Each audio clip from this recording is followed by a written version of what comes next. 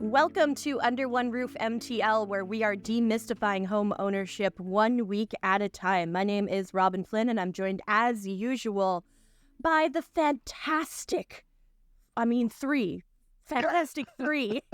We've got Martin Spalding and Fred Pichette from Fred and Martin Mortgages. Good afternoon, gentlemen. Good afternoon, Robin. Hey, Robin. And LJ Aguinaga of LJ Realties. Hey, LJ. How you doing? Very, very good. Guys, this is kind of a bittersweet episode for us because this is our last one before the summer break. It feels like... Don't say it. Don't say it. Don't go there. It feels like we just started. Like we were walking in for our first show, but it's been 6 months we've been doing this. Crazy. But it's a much-deserved break for all of you guys. You guys work so hard. So, take the summer off to just maybe work 70 hours a week. I think that's probably reasonable. Yeah. But it's worth saying that we're still going to be visible, and we're still always available. And obviously, we're going to give our coordinates at the end of the show. But just because we're on hiatus from the show, it doesn't mean that we're on hiatus from work and work to help people either get into a home or get a mortgage to get themselves into a home. Yeah, exactly. We're going to tell you how to get in touch with everybody at the end, so you'll have to stick around. And if you miss us so much, next weekend you're like, oh my God, I missed them so much. All of the episodes that we have done previously are available online. You can listen to them as a podcast. So you don't have to go the whole summer without the sweet, sweet sounds of Martin Spalding's voice.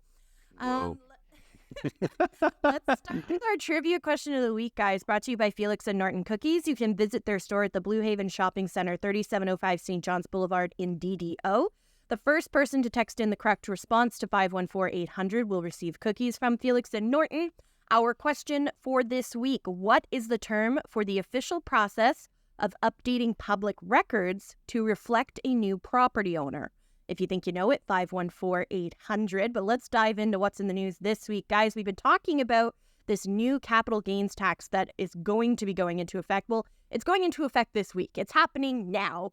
So it's probably worth recapping a little bit about what we know about the new rules. So who wants to dive in? Who wants to be our capital gains tax expert this afternoon? I can take it away. Rock and roll. LJ is really concerned about it with all his rental property. It's worth noting that today is officially the last day that you can notarize transaction under the previous law. So it has definitely been a lot of running around. A lot of notaries have been crazy busy. A lot of clients have been very much pushing, obviously, for closings today being the deadline. I've seen incentives been given to buyers, to notaries, to make sure that we can get the transaction done today, because obviously this has a large impact on corporations, on different people. So it has actually been very interesting to see this push happen. I'm curious to see how this is going to play out over the next couple of years, but let's see what the changes are. So let's start with the simple part. If you're a corporation or a trust, you are now taxed, 66.7% of the gain of the profit is now taxable. Okay, so that amount used to be 50% used to be taxable. That's going straight up to 66.7. No and ifs or buts, nothing else. It goes straight change. Yes, Martin. LJ, can you explain what a gain is on a property? Sure. So when we're talking about a gain, we're looking at basically what the sale price was, less the purchase price, less any expenses that you capitalized over the life of that loan. What would be something that one may have capitalized? Well, let's say that you replaced a roof. A roof wasn't a small toilet repair that you did. This is something that you're supposed to capitalize and really amortize over the life of the property, and therefore you tack it on to your adjusted cost base. This sounds like big accounting jargon, but really when you do own a property, you need to keep track of how much you paid for the property, what your welcome taxes were, and then what major expenses you did to it to keep track of what the total cost of that property is, or the adjusted cost base in proper accounting terms. And then when you sell the property, you're going to have your price, you're going to have your commissions, notary fees, any other deductions of that nature. You subtract that from your adjusted cost base, and that gives you the profit, or the amount that will be exposed to taxes at the rate that we're discussing now. So it used to be 50% of that number for corporations and trusts. That number is now going up to 66.7%. I'm going to get into personal taxes in a second, but Fred, what was your question? I just want to clarify, that does not apply on the primary residence, right? No, but I do not believe that corporations are entitled to primary residence. So that's why in this case, we're not touching that yet. When we're going into personal taxes or individuals who are buying and selling properties, then we can start off with 100%. Your principal residence is not being touched. And I say for now because we hadn't seen this happen in 24 years and this is happening now. But for now, it's not being touched. The changes to individuals when doing taxes, let's hear it, Martin. No, I'll let you go and then I'll ask my question after because I think you're getting to where I want you to go. But if you don't, I'll give you a little bit of a nudge at the end. I always appreciate that nudge. So, if you're an individual and you had property, so when we go back to that profit, the first $250,000 of that amount that we just discussed is still taxed, or pardon me, going to be exposed to 50% taxable portion. Okay, so let's say that you profited $250 on the sale. Well, $125,000 of that are going to be taxable, so it'll be added to your taxes, and then it'll be applied. You apply your tax rate based on your tax bracket to that portion of the funds. Any amount above and beyond $250,000 of a gain will be taxed at that 66.7% rate. So if you are making larger gains or have larger profits on there, you're obviously exposing yourself to more taxes, which is why most people who had owned properties for, let's say, 10 plus years or maybe even 15 plus years were, you know what, if we can sell the property now, I'd rather not get exposed to this additional taxation that I could have avoided if we sell today officially. So it's too late if you're listening to this now. Obviously, the ship has sailed, but this was the official last date. So do you want me to want me to nudge you down? I was going to ask you to give a real life example, but you kind of did. But what can consumers do if they want to avoid all this? I mean, there's no one forcing anyone to sell. And if your marginal tax rate, because you're currently working, is higher, should you hold on to the property until, say, you retire, if you do want to sell it? And then your marginal tax rate will be lower. So the impact of these new rules will also be lower in terms of the capital gains taxes that you will have to pay. 100%.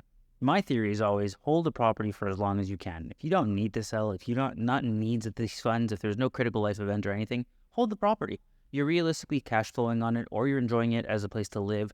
If you can hold off for a while longer, and again, this doesn't apply to your principal residence because that's not being exposed to these taxes. So if you do want to downsize or make a shift, there's no problem there. But if you're talking about investment properties, secondary properties, etc., and you don't require selling them now, hold on to it. For all we know, in 2 years' time after the elections, this law may be changed again. There might be different impacts to it. And then, as you said, Martin, if you're currently working and you're planning on retiring in the next 4 or 5 years, well, then wait until you no longer have that employment income coming in, and your marginal tax rate is going to go down significantly, and this will realistically be one of the few items on your tax declaration at that point. So I got a question. Oops, go ahead, Robin. Sorry. I was going to say, and if you wait 4 or 5 years, that property is just going to appreciate in value even more, and it'll probably be a great move regardless. 100%, especially with the fact that interest rates are coming down. I know we talk about interest rates every single week, but our expectation is that we're going to see some good growth in the market over the next 4 to 5 years. So, like I said, if you're not in a position that you need to sell, hold. Nobody's forcing us to sell. This is just for people who are considering selling now or in the next 6 to 12 months. It realistically accelerated their timelines. So I've got a question for the group. Who do you think this hurts the most? This rule change hurts who the most in terms of the Canadian population? I think it's realistically going to hurt your average mom and pop who believed in real estate as an investment vehicle for themselves. And they were just very diligent with their funds throughout their entire lifetime. And they said, you know what, we're going to buy a couple of duplexes or a couple triplexes, and this is going to be our retirement fund. And that's realistically the people they're dipping into more than anybody right now. So do you feel this is another Canadian government cash grab? I feel it's a Justin Trudeau cash grab. Yeah, it's funny because there's a great quote in the article that was sent around by Robin to us. It's another example of the government tinkering with the market and refilling its depleted coffers in ways that negatively impact Canada and Canadians. Yeah. Some good news, Martin. I know you wanted to talk about bond markets. Well, that was a cliffhanger. No, I mean the bond market. Obviously, we've been seeing that the bond market. So, obviously, when the Bank of Canada reduced its interest rate, it has a direct effect on variable rate mortgages. Direct. So, it goes down 25 basis points. More than likely, you'll see your variable rate mortgage go down by 25 basis points. But fixed rate mortgages are more influenced by the bond market. And so I don't know if we have time in this segment, because if we go, this could be a long-winded conversation. I don't know if you want to start this conversation or do you want to... Yeah, let's leave it as a bit of a cliffhanger. We can continue this conversation after we check traffic. I didn't realize how involved this was going to be. No, well, because it's just not, it's not a simple explanation, because we have to talk about the spread, we have to talk about yields, we have to talk about, demand and supply, and what are bonds for, really? And so we can unpack that after the spots. Yeah, perfect. So up next, we will be talking about the bond market and everything that you need to know. Martin is the expert, the guy to No, I'm not. on this. No, I'm not. That's coming up after we check traffic at the CJD 800 Traffic Center. This is your lingo lexicon on Under One Roof MTL. Certificate of location. A certificate of location is a legal document in Quebec that describes the property's boundaries, dimensions, and location, as well as the current state of the property in relation to municipal bylaws and regulations. It is typically prepared by a land surveyor and is required for real estate transactions. For example, let's say Jean-Philippe is purchasing a home in Sainte-Anne-de-Bellevue. As the buyer, he'll need to obtain a certificate of location. If that certificate were to indicate any abnormalities, such as a backyard fence slightly encroaching on his soon-to-be neighbor's property, that will need to be addressed before finalizing the sale. This has been your lingo lexicon on Under One Roof MTL. You are listening to Under One Roof MTL on CJD 800. I'm Robin, that's LJ, that's Fred, that's Martin. Just before traffic, we mentioned bond markets. Martin, I know you have a lot to say about this. All right, so the bond market. So I'm going to go step by step. I'm going to go slowly so we can grasp how the bond market affects fixed rate mortgages in Canada. Here's how the connection works. When the government borrows money, it issues bonds, like 5 or 10-year bonds. The interest rates on these bonds are used by lenders to decide how much they should charge for mortgages. For example, if a 5-year bond yield is low, mortgage rates might also be low because it's cheaper for banks to get money. Lenders charge a bit more for mortgages than the government does for bonds to cover the risk of lending to homeowners. This extra charge is called the spread. If bond yields go up, lenders increase mortgage rates to keep their profit margins safe.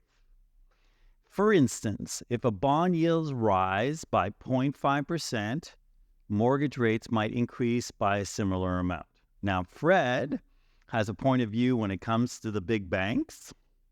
Well, I love to say that banks are quicker to raise their fixed rate, but they're very, very slow to bring them down, even though they follow the movement of the bond market, And it's sad because, and also I got to mention something. We got a lot of call lately and people say the rate went down. I just want to clarify, the rate didn't went down. The prime rate of Canada went down, not the fixed rate, really. A little bit, but it doesn't affect our fixed rate when the prime rate goes down. It affects the variable rate, And that is good to tell people, because it's, a lot of people lately, they say, oh, I want to get back to the market because the interest rate went down.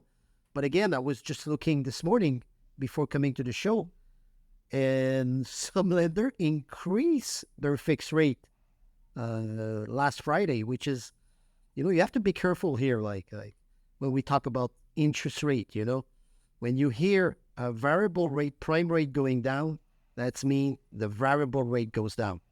And if you hear, like Martin says, the bond market is down, potentially the fixed rate will go down, obviously. So the bond market's been having a lot of influence on mortgage rates lately because we've been talking about inflation. So if people think inflation will rise, bond yields usually go up to compensate for this. Higher bond yields can lead to higher mortgage rates because lenders need to adjust for the decreased value of money over time. So now we're seeing that inflation is on its way down, and hence bond yields are on their way down as well. And so we're hoping that this is a new tendency so that we will see fixed rates come down. Probably not the same clip as variable rates, but will start to come down. So when people come to renew their mortgages, they won't have the sticker shock that people who are renewing today are having. Can I jump in here for a second to try and Sure. break it down? Because I think this has been a very great and thorough explanation of how this kind of works. But on a more basic level, if you will, when I think of bonds, essentially, I'm thinking, okay, a bank has to decide whether they're going to issue a mortgage on to somebody, which has a very small margin of risk associated to it in the grand scheme of things, or if they're just simply going to buy a bond, which has zero risk because they're all backed by the government of Canada. And our expectation is that the government of Canada would not go bankrupt, even though we're in crazy debt. But the assumption is that they're going to honor that payment. Therefore, when a bank is simply looking at, well, do I want to issue or purchase a bond, or issue a mortgage, which one makes more sense? As the return on bonds go down, well, they're willing to take a obviously lower amount on that mortgage as well, because they're always going to cover a spread to make up for that risk differential. But if the return is lower on the bond, then they're going to bring mortgage rates down along with it, because obviously they're going to follow that trend. And that's why it's an up and down trend that we're seeing with the bond market and the fixed rates. Now, to kind of tag on to what Fred said before, although rates on the fixed side haven't come down tremendously, I think that if we look at where we were January to where we are now, there's a pretty big delta on a 5-year fixed rate today. I mean, I think I was quoted $464 for an insured mortgage and $489 with 20% down, which is a far cry from the $540 that we were seeing at the beginning of the year, even $535 on some of these. It's gone down a good 75 basis points over the last 6 months, which is nothing to snuff about, to be quite frank. So although you're 100% right that the interest rate decrease that we saw last week in the announcement is not directly tied to this at all, we still have seen a good shift. And I think that what people are talking about, hey, the rates are down a little bit, is that as a whole, compared to the last 12 to 24 months, when we were talking about rates, we were talking about in the 6s, we got to the 7s at one point, and now we're back into the upper 4s. So it's definitely a far cry from where we were, and that we keep trending in that right direction. So there's a lot of terminology floating around here, and I think sometimes people get a little bit confused. So when we're talking about the Bank of Canada cutting interest rates, people hear, rates dropped from 5 to 4.75%, so I'm going to get a 4.75% rate on my mortgage now. But that's not at all how it works. So can someone just explain the difference between like overnight rate, prime rate? I know that lenders will give you a discount on the prime rate based on a variety of factors. So what determines somebody's interest rate when they have a mortgage on their home? And let's do a bit of vocabulary with that. So the overnight rate is the rate at which banks will lend each other funds from one night to another. Even though we have, I guess, about 7 or 8 institutions and they all have tons of money, sometimes RBC might need to borrow $1 billion from TD because of one transaction that's happening that next day. And they've all agreed that they're going to use the overnight rate to lend these funds to each other from one day to another. So that is the overnight rate. That rate is what went from 5 to 4.75%. It's important to note that that's not your prime rate or what your variable interest rate is going to be. Now, prime was at 7.2 when the overnight rate was at 5. So there was a 2.2% spread between those two. When the overnight rate came down by 0.25 or 25 basis points, the prime rate came down with it. So that's the spread between those two. And then, like you mentioned, banks will always determine, okay, well, prime is at this much. How much of a discount, or sometimes above prime, depending on how the economy is, are we going to be charging you for this variable rate mortgage, which comes down to risk factors, which comes down to their tolerance, which comes down to a variety of different things. But that's the difference between an overnight rate, which is what we see, and the actual prime rate of Canada, which is a separate rate, but they are linked. They move at the exact same way at the exact same time. Okay, that makes LJ, that's a great explanation. A lot of people always ask, should I take a variable rate or a fixed rate? And that's the question that often we got from our client.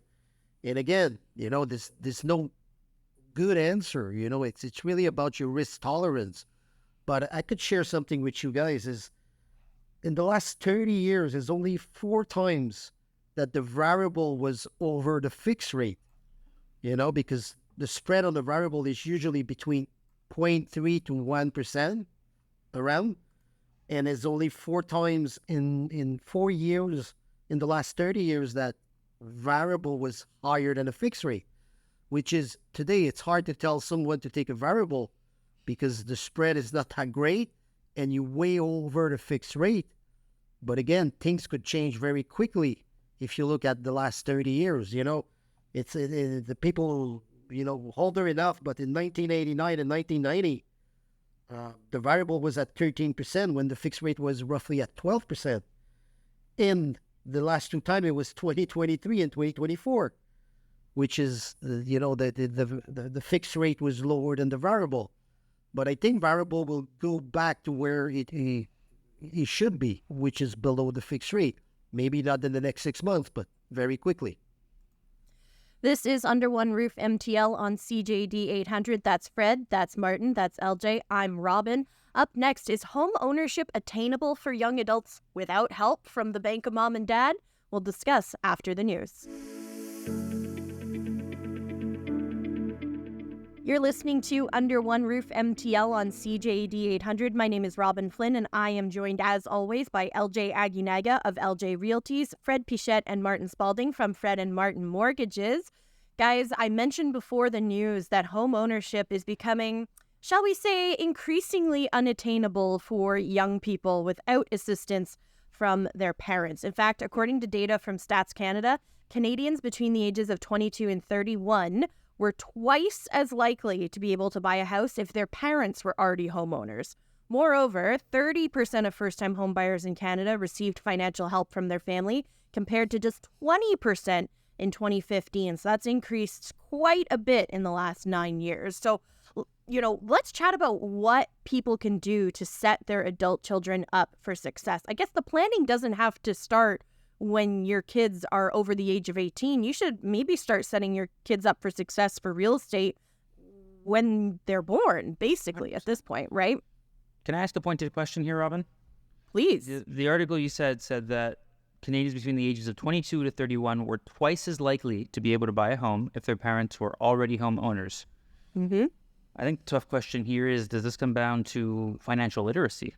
Is somebody who has been a homeowner for that extended period of time realistically have more experience with finances as a whole, just a bit more financial literate, and therefore has been able to reap some of the benefits and will likely set their children up for some of the same things?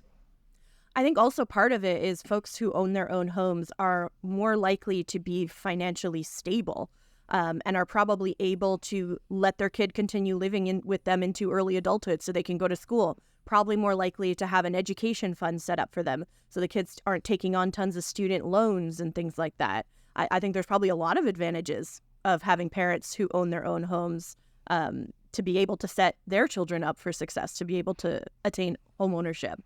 Well, I think your parents always set the tone. So if your parents were homeowners, you have a desire to be a homeowner. If your father was a fisherman, more than likely you'll fish. If your father was a golfer, more likely you'll golf. If your father was a pet owner, I wanted to bring in puppies. If your father was a pet owner, more than likely you'll have a dog when you grow up. Yeah, that makes a lot of sense. And the fact that kids also, kids, I say kids, but I mean like adults, Young adults. their 20s and 30s.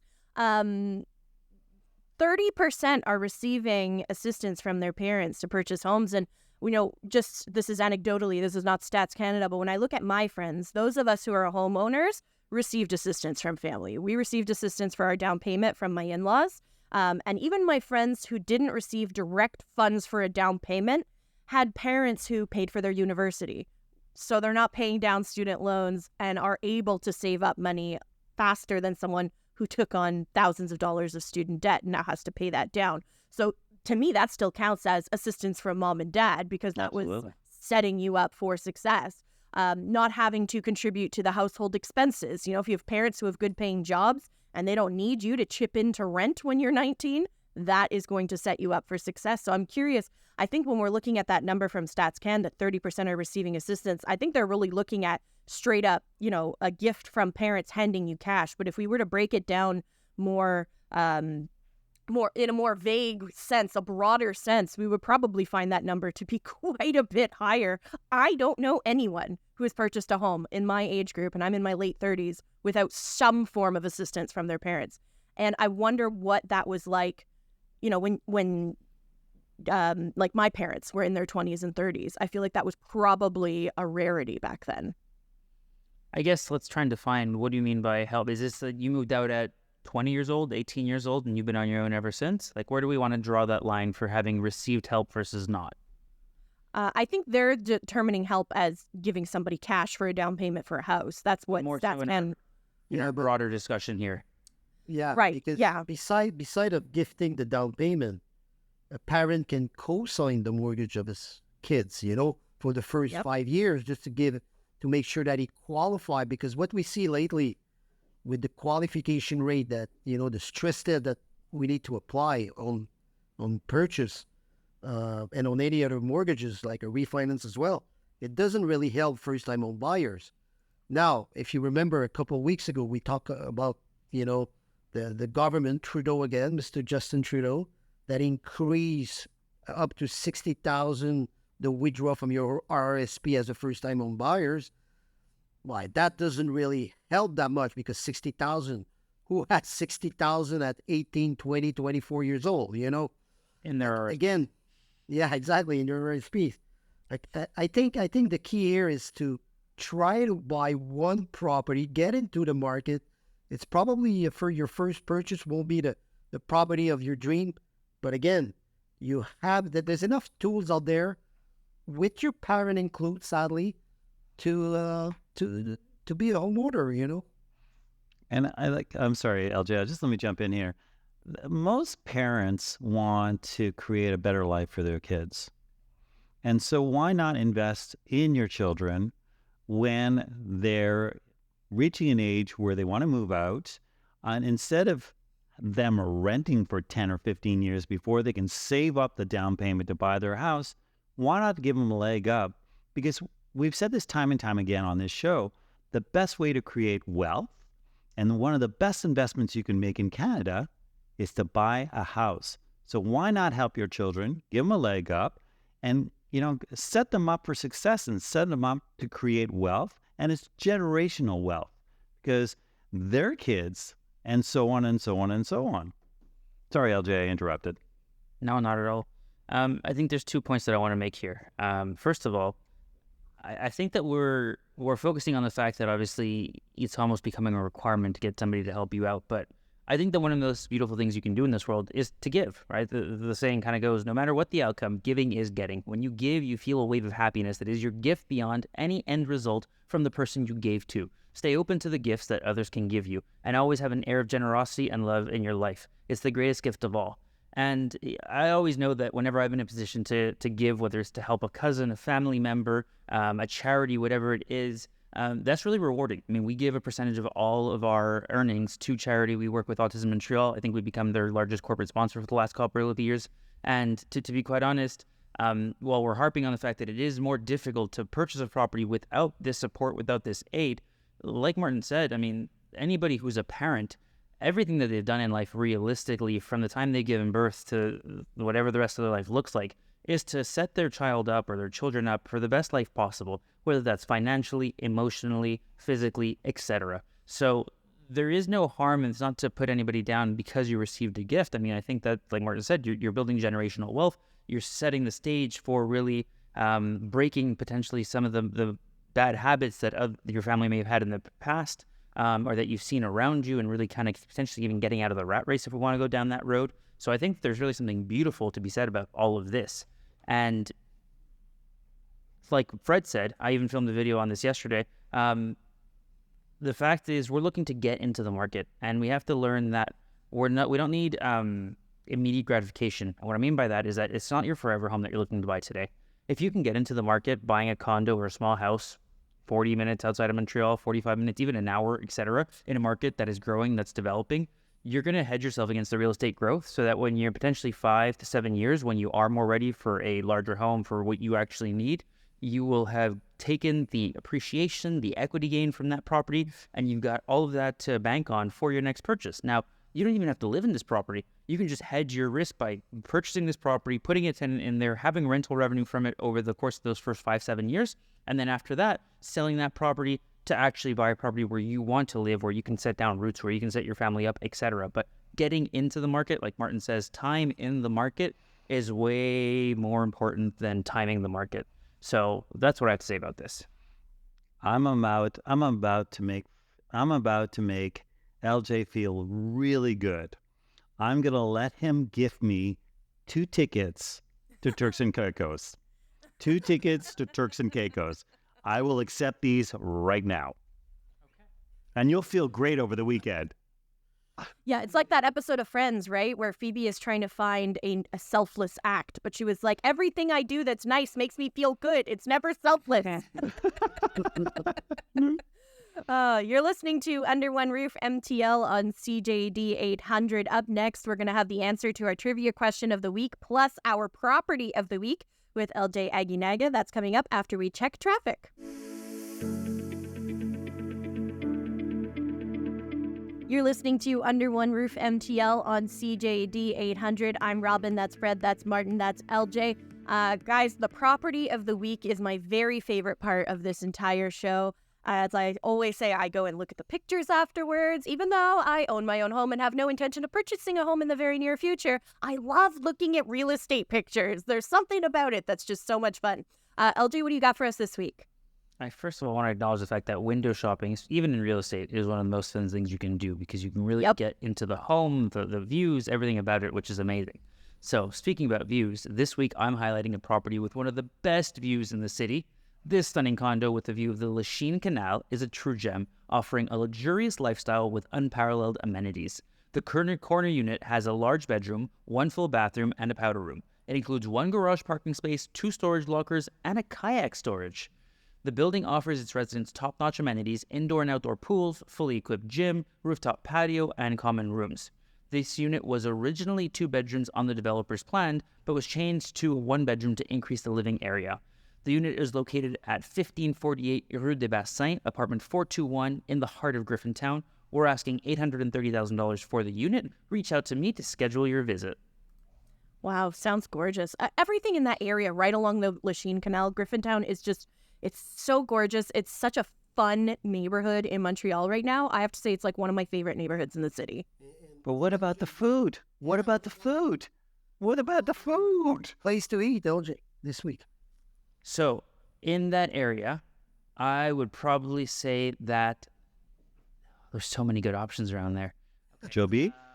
Liverpool House? That's too far for what I'm Okay. trying to stay. Yeah. I would run to Mauvais Garçon.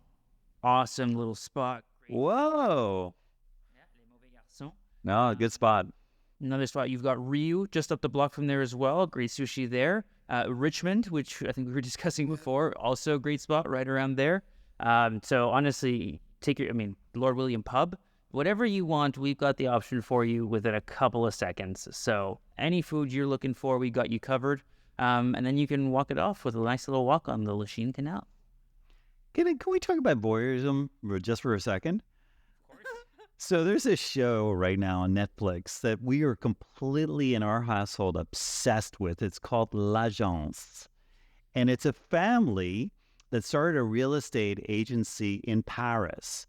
And it's the mother and father that started the agency, and now the 4 sons work in it. If you want to see some mind-blowing real estate properties all over the world now. I mean, they used to be concentrated in Paris, but they're all over France, and they're in Spain, they're in Portugal. The houses are just breathtaking. And it's reality TV, but it's really good, and it's really addictive. So it's called L'Agence. It's on Netflix currently. All reality TV is really good and really addictive. That's what that is. I mean, I am the president of the Bachelor fan club, you know? Like, I love that mansion. Have you ever seen the mansion on The Bachelor that everybody lives in? That is my dream house. It is. Oh, Robin, you got to watch L'Agence. You got to see these homes. They're just mind-boggling. They have I need to. true chateaus, like castles from the eras. Like it's insane the types of properties that you come across. And then you go from these crazy castles to these incredible loft apartments in the heart of Paris with views onto the Champs-Élysées. I mean, just the different types of properties that you're seeing here. And then, like you mentioned, going into different cities, different countries. And they're always about trying to get the deal done as well, right? So you've got the is the deal going to happen aspect to it as well, and not knowing if they're going to make it work or not. They go on a couple of work trips, and because the family is the real estate agency as well, you've got the family dynamics playing into it. So it is a very fun show to watch because of all the different ways it pulls on your heartstrings, to be honest. And they currently have a listing for, get this, 120 million euros. 120 million euros for a house. The commission on something like that. I think I'm in season 4. I binged the whole thing. So amazing. You know, every time I've ever been in Europe, I say it like I go every week. I've been twice, but I was struck by, you know, if you've ever tried to like take an elevator in an apartment building, there's like room for 1, maybe 2 in there. So I was like, how do people move in and out of these units? And I saw this great video on TikTok this week. They do everything through their windows. They have these like automated pulley systems, and that's how they move everything in and out of their apartments. It's so cool just to see how people do things differently. I absolutely love that kind of stuff. Guys, we have to get to the answer to our trivia question of the week, brought to you by Felix and Norton Cookies. The question was, what is the term for the official process of updating public records to reflect a new property owner? The answer is title registration.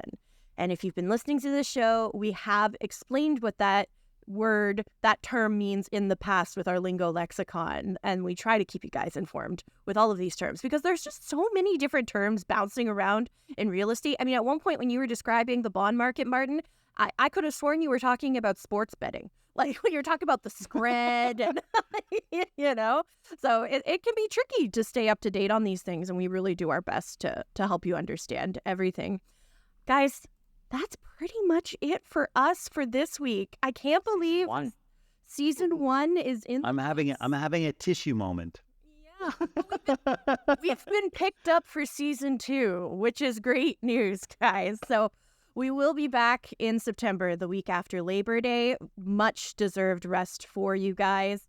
If you want to check anything out that has to do with the show, you can find Under One Roof MTL on Apple, on iHeartRadio, on Spotify, wherever you listen to your podcasts. We're also on social media. You can follow us on TikTok and Instagram. We're going to continue to post content throughout the summer. Guys, Bank of Canada has another interest rate announcement coming up in July, a month from July 24th. So we've got to touch on that. So keep following us on social media. Where can people go to get in touch with you guys directly, LJ? So if you are a homeowner right now and you're curious about what your property might be worth and you'd love to benefit from a free home evaluation with absolutely no strings attached, feel free to shoot me a text or give me a call, 514-500-4040. If you're looking to see more about my information, feel free to go onto my website, ljrealties.com. You can find me directly on Instagram, YouTube, TikTok, Facebook, and X, formerly Twitter. My handle is LJ Aguinaga, Aguinaga. And for more information on our listings and real estate team under the handle LJ Realties, we are looking for young, dynamic realtors who are looking to get more out of the profession and want a bit more of accountability and support in order to really grow their business.